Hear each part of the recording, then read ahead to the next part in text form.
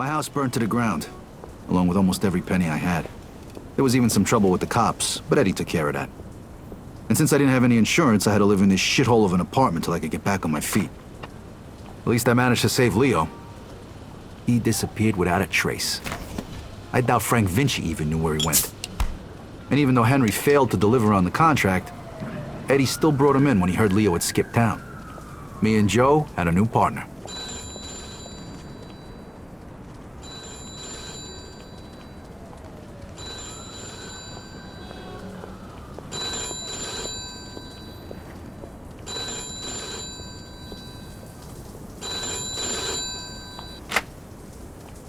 Hey, Vito, it's Henry. Hey. Listen, I'm setting up something big. I want you to come in on it. If you're interested in hearing more, come meet me at Lincoln Park and bring a piece. Okay. I'll see you there.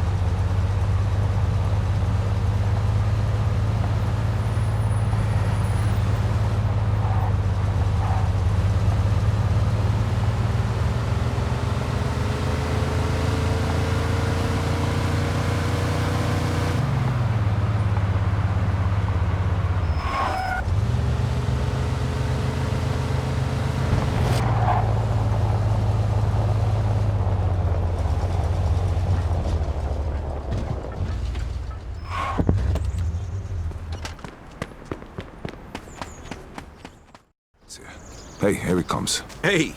What's up? Hey, Vito. Take a seat. All right, listen. I've been doing some research into Carlos' business.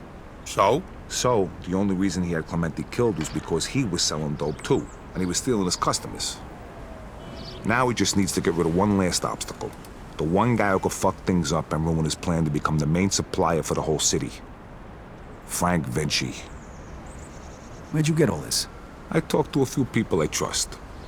Okay, so what does this have to do with us? 'Cause if he can do it, why can't we? A kilo of heroin costs $2,500 over in France. Then it's another $1,000 to get it here. And? And we pick up 11 grand for just driving the stuff to the dealers. That's $7,500 profit a kilo. Yeah, but what about Falcone? Carlo won't find out. And even if he does, he'll just threaten us and demand a cut. All right, but if Carlo's the only big supplier in the city, where are you gonna buy the stuff from? I'm way ahead of you. What do you two know about the Tongs? The Chinks? Some kind of organization for Chinese immigrants, right? That's what I said, the Chinks. Right, but it's also a front for their other operations. They run the Chinese quarter, and they keep to themselves. But some of them are interested in doing business with outsiders, and they need middlemen since most people are afraid to deal with them. And we're the middlemen. Yep.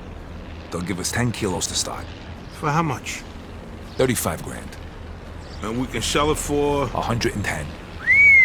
Nice. Okay, well, where the hell are we gonna get our hands on 35 grand? I know a loan shark. The Yid over on Palisade. I think a loan is 35, we give him 45 back. Now that means our take is over 20 grand a piece. Not bad for just moving the shit from one place to another. But you know, who's gonna end up using this crap? What do you care? As long as it isn't in our Because neighborhood. Vinci was right. Drugs are bad news, they kill people. Look, only idiots do drugs. Deadbeats and losers. If they want to kill themselves so badly, I'd gladly help them out. Especially for 20 grand. I got buyers in the ghetto. They'll take care of the distribution. So we don't need to worry about that. Are you guys in or not? I'm in. Come on, don't be stupid, Vito. 20 fucking grand in one afternoon. When? Right now. If we don't take the offer, the towns will just find somebody else. Come on, Vito, it'll be a piece of cake. Let's go see Bruno then. Vito, how about you run us all down there? He's on Palisade Street. Okay, let's go.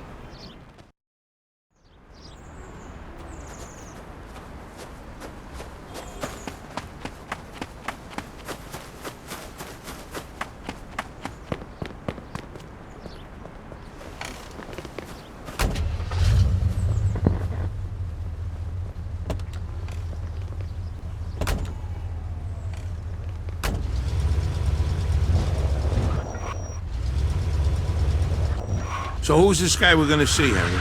His name's Bruno. He's one of the only guys in town who could do a loan this big.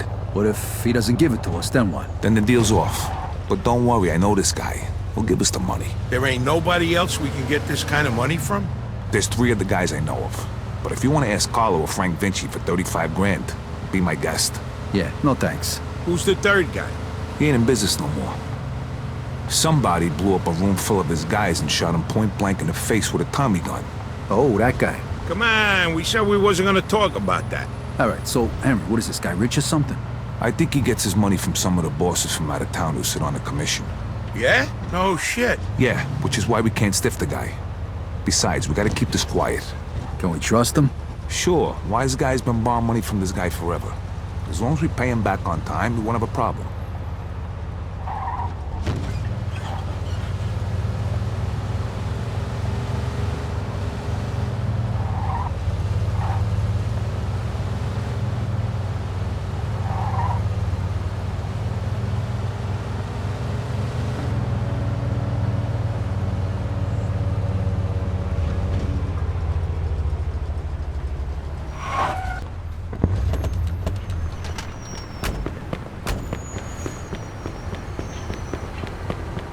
Okay, guess this is the place.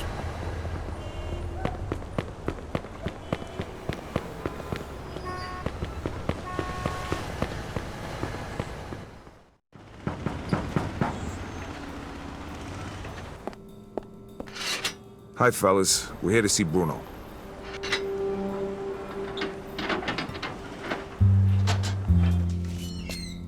Hiya, Henry. If you got guns on yous, put them down there. I gotta search yous.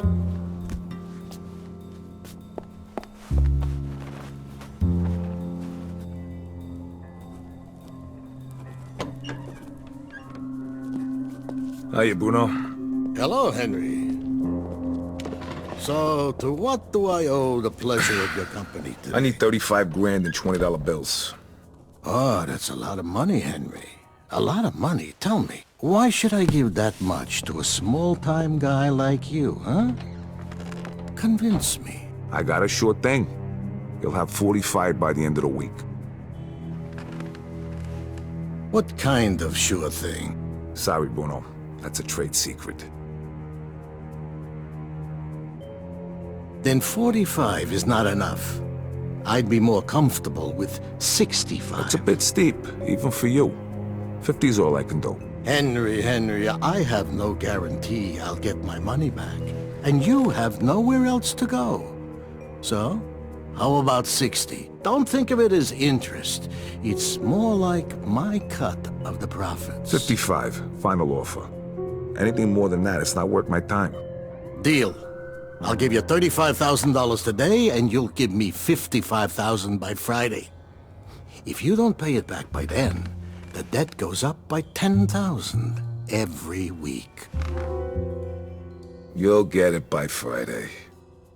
Okay. Isaac, Prepare $35,000 in $20 bills. Now, you know I trust you, Henry, but if you screw me, remember these wise words from the Bible. And my wrath shall wax hot, and I will kill you with the sword, and your wives shall be widows, and your children fatherless. Exodus, chapter 22, verse 24. I'm impressed. You don't seem like the church-going type. But just remember, the money isn't mine. So even if you get rid of me, that doesn't get rid of your dead. So no funny business, okay, boys? Sure, Bruno. Thank you, Isaac. You want to count it, Henry? I'll take your word for it, and I'll bring it back on Friday along with your cut. I hope so. Good luck, boys.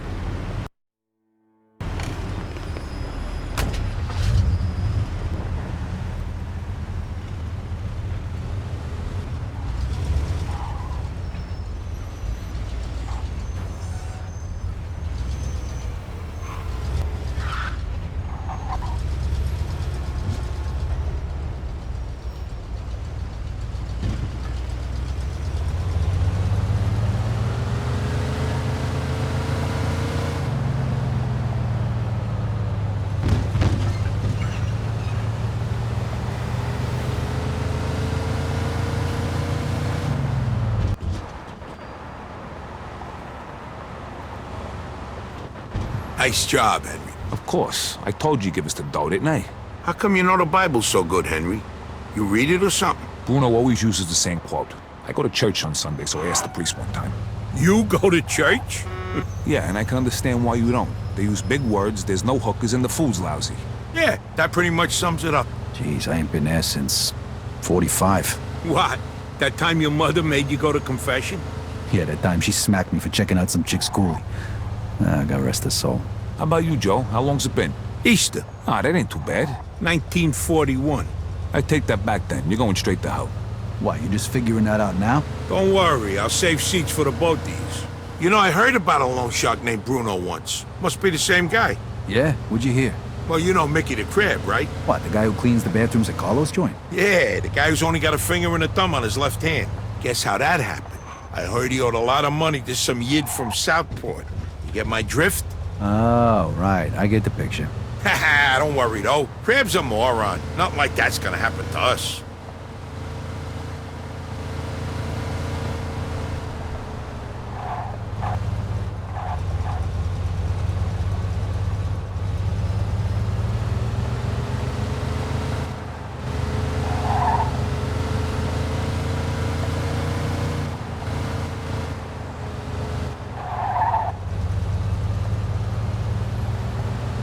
All right, we're almost there.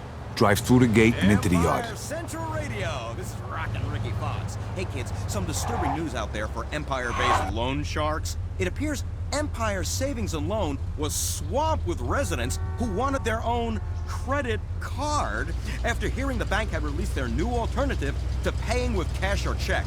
The credit card, as they call it, will allow its user to purchase a variety of goods and services so long as their account is kept in good standing. I mean, how hard can that be, right? Now, the credit card is being touted as a great way to purchase something without having the money at the time to pay for it. Sounds good to me. Which experts are saying will become a carefree path to financial freedom. Well, safe to say you can bet on that. For Empire Central Radio, this is Rockin' Ricky